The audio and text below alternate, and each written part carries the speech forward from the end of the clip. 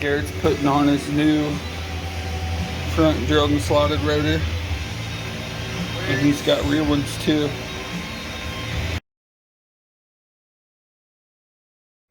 Putting his caliper bolts in now.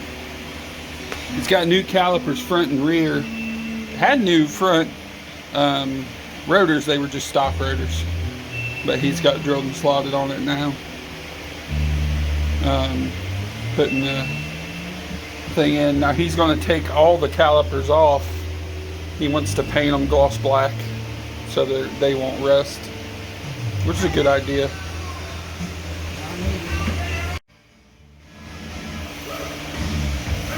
He looks good, buddy.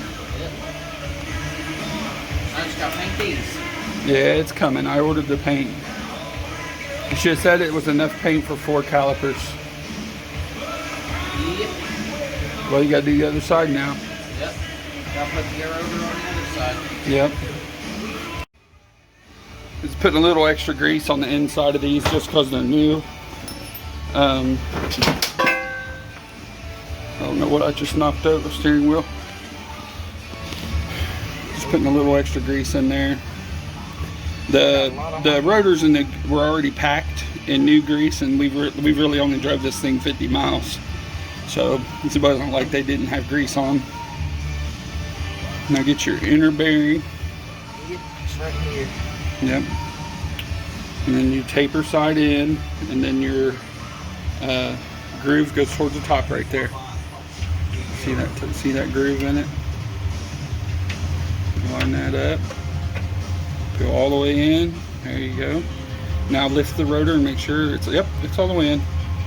Push that all the way in. Now put your nut on. Clean your nut off first. Anytime you set it on the ground, you got to wipe it out real good. So it will get dirt, and that dirt will kill your bearings. You never set bearings on the floor. Never set them on a metal surface that's had like tooling metal. Yeah. Because all that metal will go in the bearing, and then it'll wipe your bearings right out. Or as we have is a crap ton of rust. Yeah, any rust. Anywhere there's metal like that. So you're going to tighten it till it's tight with the pliers. And there's a lot of drag, and then back it off to the next slot. New bearings, you always set a little tighter. Once they're beaded in and they've got a couple 100 miles on them, you'll find out you don't have to tighten them quite as tight, and they'll still be good.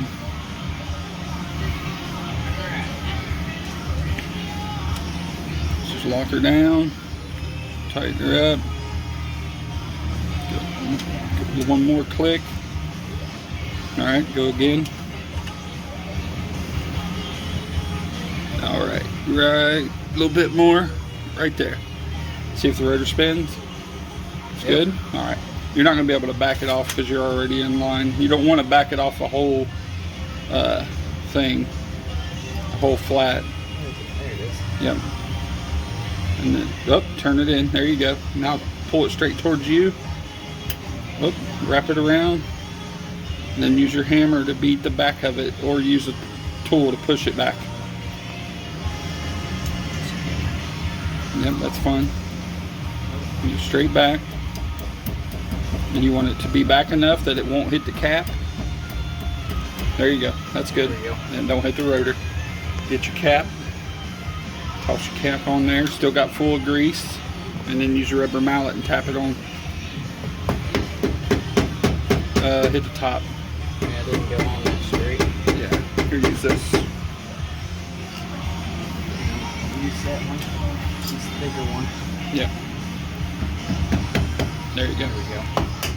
That's it. Put your caliper on. Now he's got his new front caliper. He's gonna go ahead. We already did the braided stainless lines. New pads are new, so they're gonna be a real tight fit, just like the other side was. Lift the top up and pull it out, and then push the bottom down. You got to go in dead straight. There you go. Pull this side. There we go. There you go. Use your rubber mallet if you want it to walk in a little bit more. There you go. There you go. Like I said, he's going to take these apart to paint it, but he just wanted to see how the wheels look. The rear ones, we got one axle's already clearanced. We just did the put it in gear and grind it method, and then the motor started running bad with the MSD again.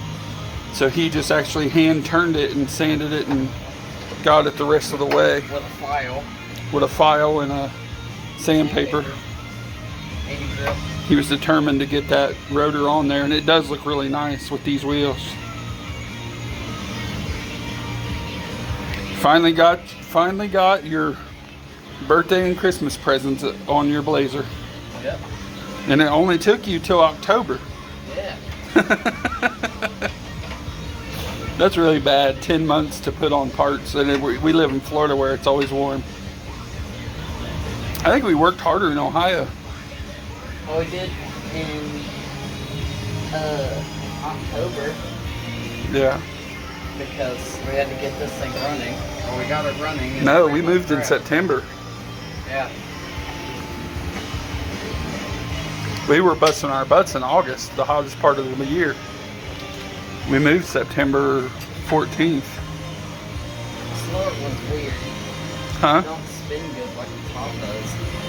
Then it's not lined up straight enough. Hit your rubber mallet on the bottom. No, it doesn't spin like the threads. Like that. Yeah, it will. It's just not lined up right. It should spin fairly easy. Those drop spindles are brand new, so they shouldn't fight you. It did it on both sides. It's just this bolt has all the weight from the caliper and stuff on it. Then pull the caliper out.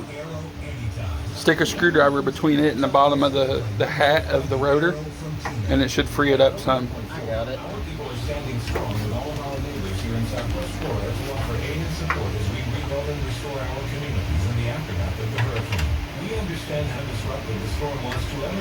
Hopefully we'll get lucky now that we'll get our everything recovering after this hurricane, and we'll get some extra money soon, and we'll get you another ignition that won't fail on us like that MSD.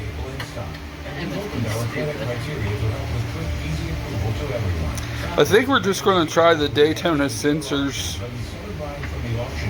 ignition setup, the Smart Spark. A lot of guys say that works pretty good, and they haven't had that random misfire show up.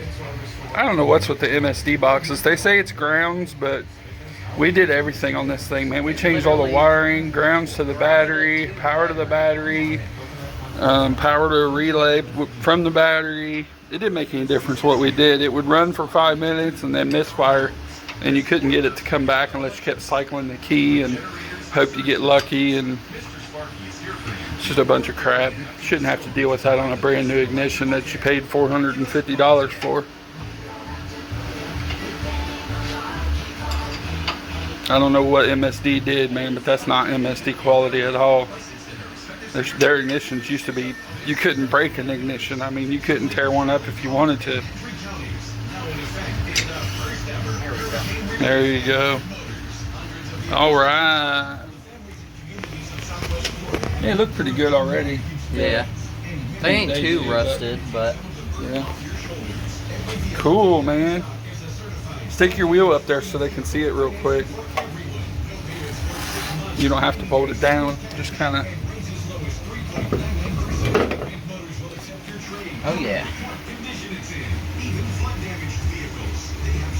Hell yeah, brother. Tire set it all. Yeah. That looks the same as the rear. Yeah, we'll show you the rear. Look at that lid. Yeah, it's a fatty. They look good. Yep. This is the brake stuff.